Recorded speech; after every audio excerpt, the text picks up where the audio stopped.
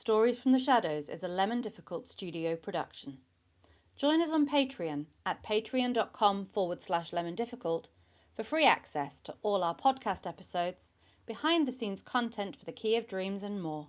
That's patreon.com/lemondifficult.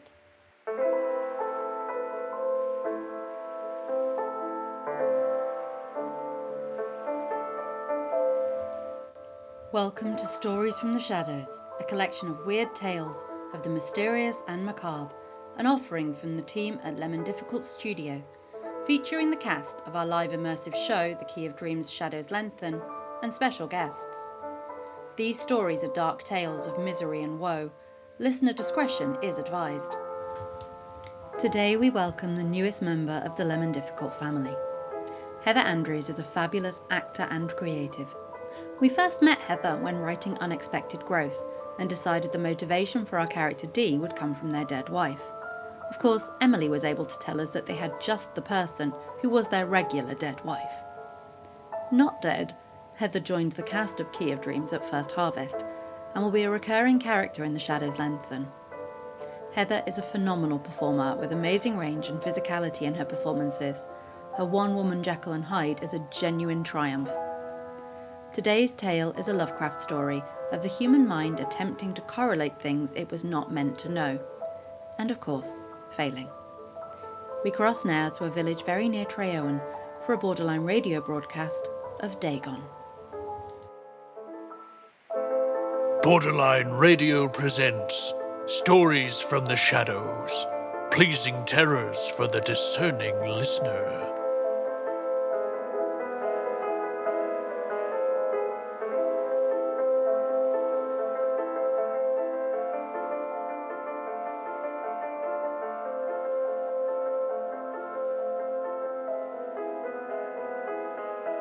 Dagon by H.P. Lovecraft. I am writing this under an appreciable mental strain, since by tonight I shall be no more. Penniless, at the end of my supply of the drugs which alone makes life endurable, I can bear the torture no longer, and shall cast myself from this garret window into the squalid street below. Do not think from my slavery to morphine that I am a weakling or a degenerate. When you have read these hastily scrolled pages, you may guess, though never fully realize, why it is that I must have forgetfulness or death. It was one of the most open and least frequented parts of the broad Pacific that the packet of which I was supercargo fell a victim to the German sea raider. The Great War was then at its very beginning, and the ocean forces of the Hun had not completely sunk to their later degradation, so that our vessel was made a legitimate prize, which we of her crew were treated with all the fairness and consideration due us as naval prisoners. So liberal, indeed, was the discipline of our captors, that 5 days after we were taken, I managed to escape alone in a small boat with water and provisions for a good length of time. When I finally found myself adrift and free, I had but little idea of my surroundings. Never a competent navigator, I could only guess vaguely by the sun and stars that I was somewhat south of the equator. Of the longitude I knew nothing, and no island or coastline was in sight. The weather kept fair, and for uncounted days I drifted aimlessly beneath the scorching sun, waiting either for some passing ship or to be cast on the shores of some habitable land.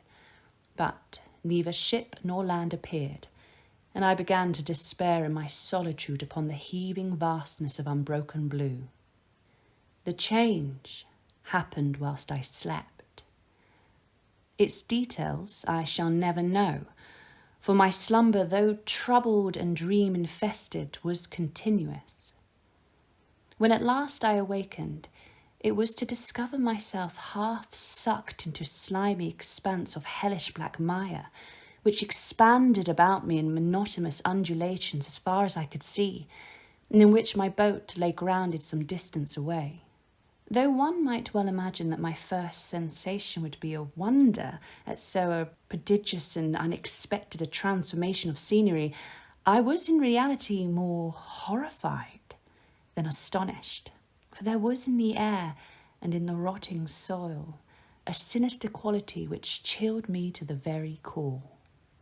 The region was putrid, with carcasses of decaying fish and of other less describable things which I saw protruding from the nasty mud of the unending plain. Perhaps I should not hope to convey in mere words the unutterable hideousness that can dwell in absolute silence and barren immensity. There was nothing within hearing, and nothing in sight save a vast reach of black slime, yet the very completeness of the stillness and the homogeneity of the landscape oppressed me with a nauseating fear.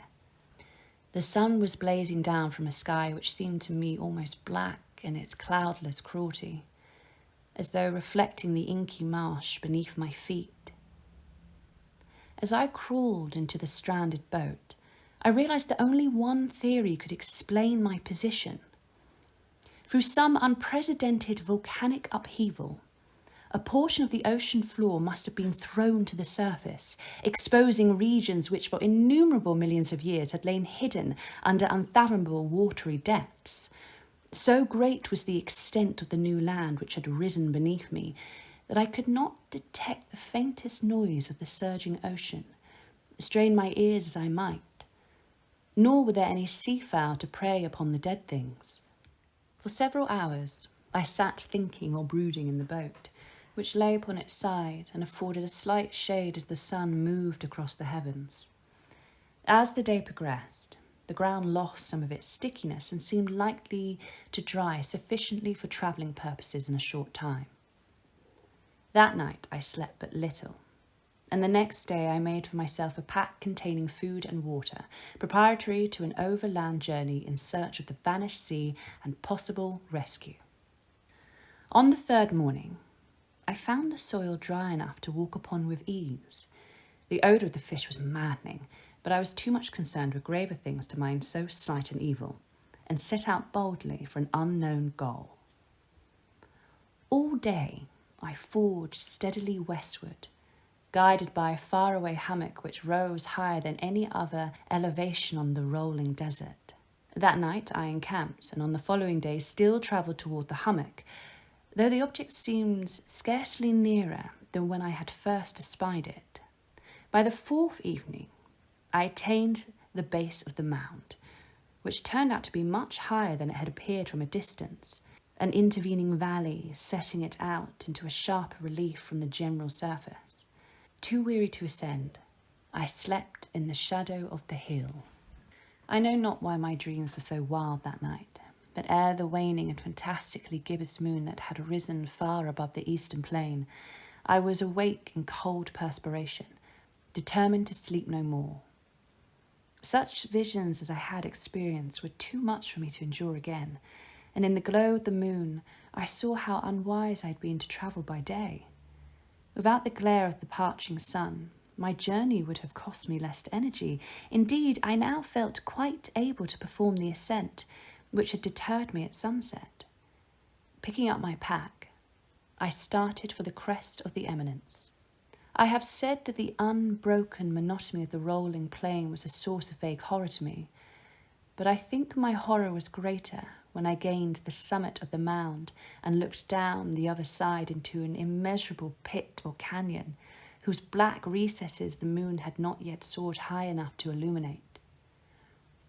I felt myself on the edge of the world, peering over the rim into a fathomless chaos of eternal night. Through my terror ran curious reminiscences of Paradise Lost or of Satan's hideous climb through the unfashioned realms of darkness. As the moon climbed higher in the sky, I began to see that the slopes of the valley were not quite so perpendicular as I had imagined. Ledges and outcroppings of a rock afforded fairly easy footholds for a descent, whilst after a drop of a few hundred feet, the declivity became very gradual. Urged on by an impulse which I cannot definitely analyse, I scrambled with difficulty down the rocks and stood on the gentlest slope beneath, gazing into the Stygian deeps, where no light had yet penetrated. All at once my attention was captured by a vast and singular object on the opposite slope, which rose steeply about 100 yards ahead of me. an object that gleamed whitely in the newly bestowed rays of the ascending moon. That it was merely a gigantic piece of stone, I soon realised and assured myself, but I was conscious of a distinct impression that its contour and position were not altogether the work of nature. A closer scrutiny filled me with sensations I cannot express. For despite its enormous magnitude and its position in an abyss which had yearned at the bottom of the sea since the world was young, I perceived beyond a doubt that the strange object was a well-shaped monolith, whose massive bulk had known the workmanship and perhaps the worship of a living and thinking creatures.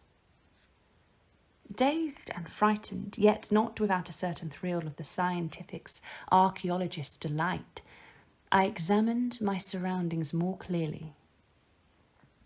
The moon, now near the zenith, shone weirdly and vividly above the towering steeps that hemmed in the chasm, and revealed the fact that a far-flung body of water flowed at the bottom, winding out of sight in both directions and almost lapping my feet as I stood on the slope. Across the chasm, the wavelets washed the base of the cyclopean monolith, on whose surface I could now trace both inscriptions and crude sculptures. The writing was in a system of hieroglyphics unknown to me and unlike anything I'd ever seen in books, consisting for the most part of conventionalised aquatic symbols such as fishes, eels, octopi, crustaceans, mollusks, whales and the like. Several characters obviously represented marine things which are unknown to the modern world, but whose decomposing forms I had observed on the ocean-risen plain. It was the pictorial carvings, however, that did most to hold me spellbound. Plainly visible across the intervening water on account of their enormous size were an array of bas-reliefs whose subjects would have excited the envy of a Dory. I think that these things were supposed to depict men, at least, a certain kind of men, though the creatures were shown disporting like fishes in the water of some marine grotto, or paying homage at some monolithic shrine which appeared to be under the waves as well. Of their faces and forms, I dare not speak of in detail, for the mere resemblance makes me grow faint.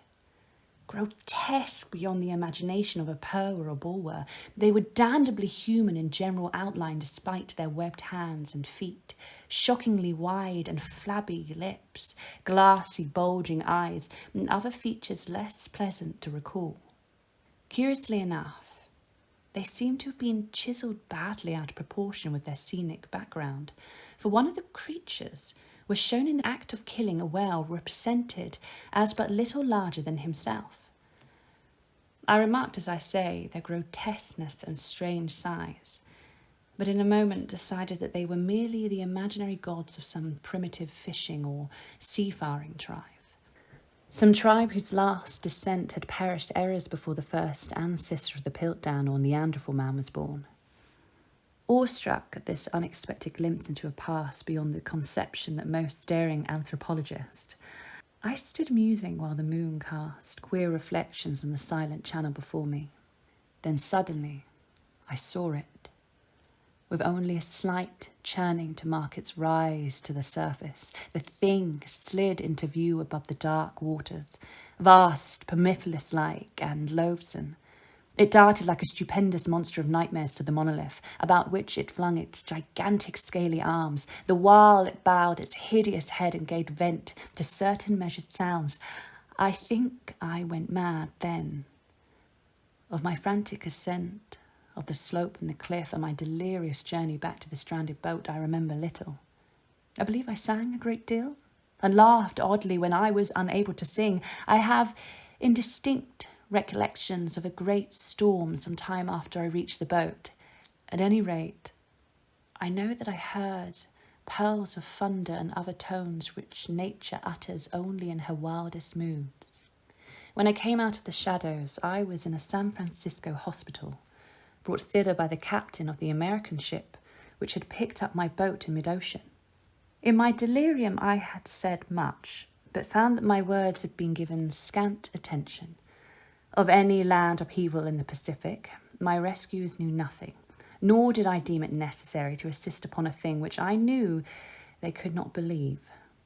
Once, I sought out a celebrated ethnologist and amused him with peculiar questions regarding the ancient Philistine legend of Dagon, the fish god. But soon, perceiving that he was hopelessly conventional, I did not press my inquiries. It is at night, especially when the moon is gibbous and waning, that I see the thing. I tried morphine, but the drug has given only transient surcease and has drawn me into its clutches as a hopeless slave. So now I am, to end it all, having written a full account for the information of the contemptuous amusement of my fellow men. Often I ask myself if it not have all been a pure phantasm, a mere freak or fever as I lay sun-stricken and raving in the open boat about my escape from the German man of war. This I ask myself. But ever does there come before me a hideously vivid vision in reply. I cannot think of the deep sea without shuddering at the nameless thing that may have at this very moment be crawling and floundering on its slimy bed, worshipping their ancient stone idols and carving their own detestable likeness on submarine obelisks of water-soaked granite. I dream of a day when they may rise above the billows to drag down in their reeking talons the remnants of puny, war-exhausted mankind. Of a day when the land shall sink and the dark ocean floor shall ascend amidst universal pandemonium. The end is near. I hear a noise at the door, as of some immense slippery body lumbering against it. It shall not find me. God, the hand, the window, the window. That was Stories from the Shadows, presented by Borderline Radio. Join us again tomorrow at the intersection of sanity and revelation.